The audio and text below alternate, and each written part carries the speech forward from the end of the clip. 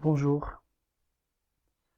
En continuation de l'examen des produits de financement basés sur le coût plus la marge que nous avons entamé précédemment avec le Murabaha et l'Ijara, nous allons à travers cette vidéo envisager l'analyse du salam et de l'istisna.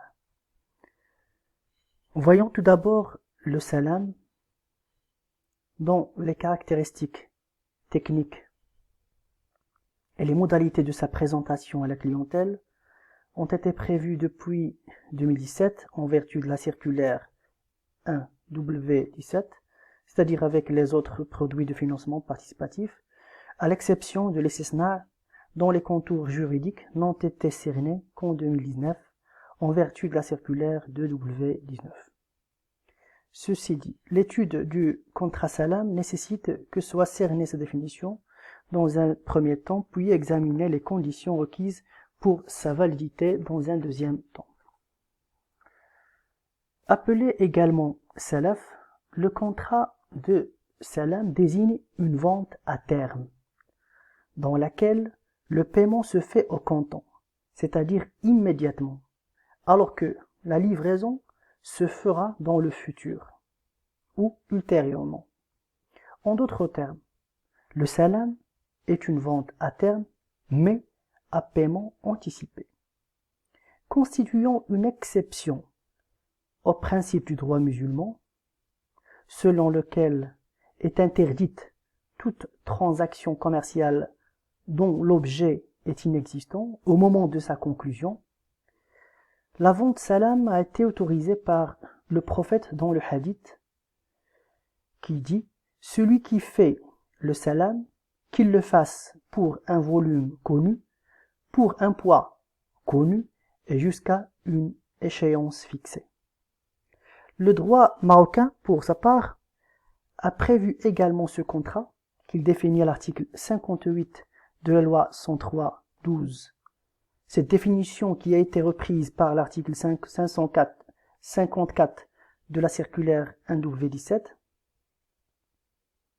Alors, en effet, en vertu de ces deux dispositions, le salam peut être défini comme étant un contrat par lequel l'une des deux parties, banque participative ou client, en qualité d'acheteur, verse d'avance le prix intégral d'une marchandise dont les caractéristiques sont définies au contrat, à l'autre partie qui s'engage en qualité de vendeur à livrer une quantité déterminée de la dite marchandise dans un délai convenu.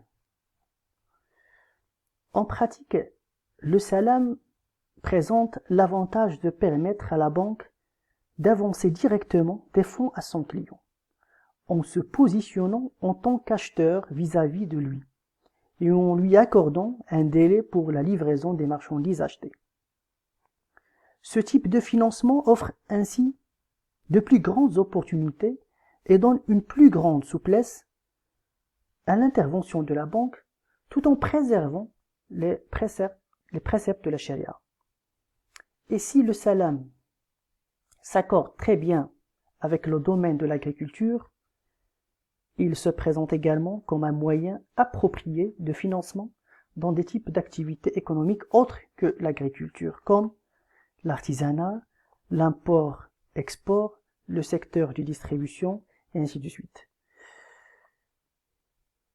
En effet, la vente salam peut s'appliquer, par exemple, aux propriétaires d'une oliverie qui se trouve dans l'obligation d'engager des frais assez élevés pour la cueillette et le transport des olives et des frais d'huilerie avant de disposer de la récolte d'huile.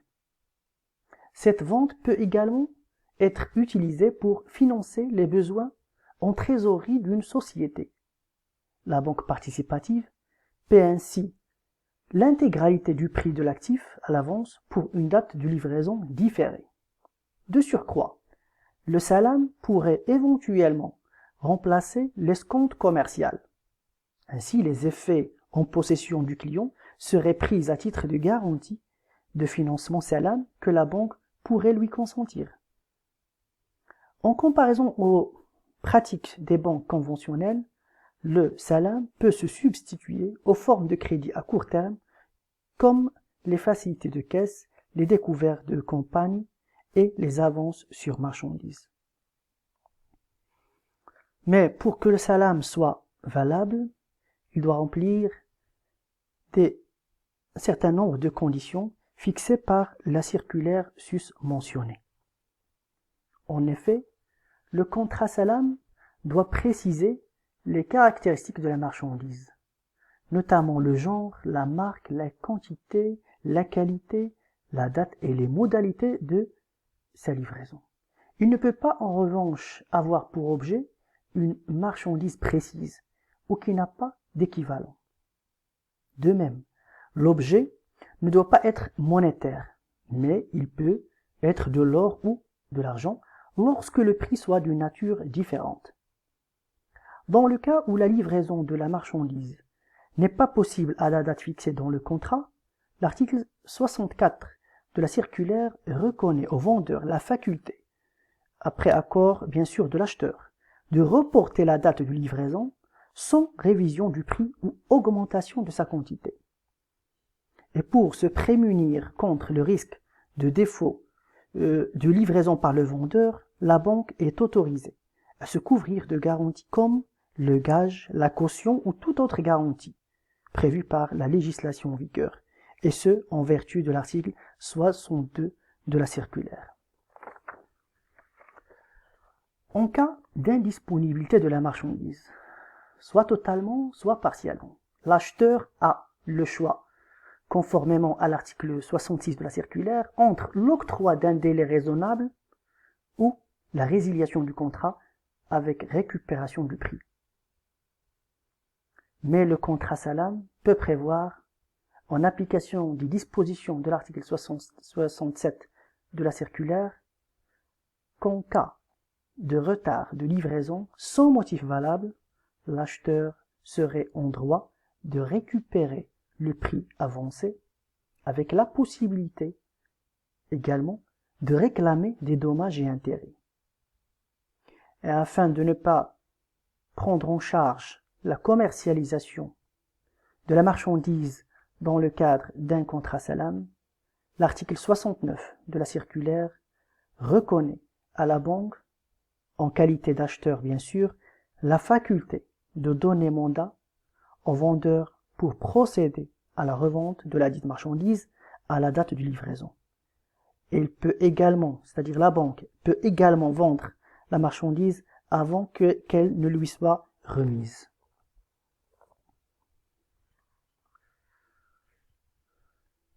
Concernant maintenant l'istisna, il faut savoir tout d'abord que l'istisna, comme le salam, permet de vendre des choses qui n'existent pas au moment de la formation du contrat.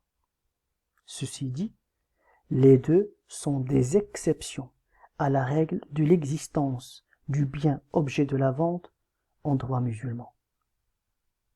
Quoi qu'il en soit, et sur le plan littéral, l'istisna signifie la demande de fabrication. C'est un contrat portant sur la vente d'un bien à fabriquer. En droit marocain, si l'istisna a été prévu par la loi bancaire 103-12 à l'article 58, ses contours juridiques, comme l'on a avancé précédemment, n'ont été fixés à la différence des autres produits de financement participatif, y compris le salam, qu'en 2019, en vertu de la circulaire 2W19 complétant celle numéro 1W17. En ce sens, l'article 58 définit, de la loi bien sûr, de la loi 103-12, définit l'istisna comme tout contrat d'acquisition de choses nécessitant une fabrication ou une transformation en vertu duquel l'une des deux parties, banque participative ou client, s'engage à livrer la chose avec des caractéristiques définies et convenues, fabriquées ou transformées à partir des matières dont il est propriétaire, en contrepartie d'un prix fixe dont le paiement s'effectue par l'autre partie selon les modalités convenues. Il ressort de cette définition que l'istisna constitue un cas particulier du salam, car il est soumis aux mêmes conditions de validité que ce dernier, bien qu'il présente des caractéristiques qui lui sont propres. Il en est ainsi du prix du bien qui peut ne pas être réglé immédiatement. Ceci dit, contrairement au contrat de salam, dans le contrat d'istisna, le paiement intégral du prix n'est pas une condition de validité du contrat. Ce paiement peut être d'avance, différé ou échelonné.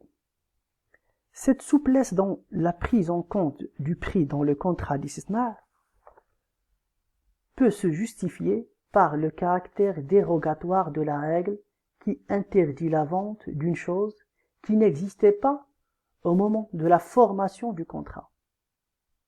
Enfin, c'est le seul contrat qui porte intégralement sur le futur, aussi bien pour l'objet que pour le prix.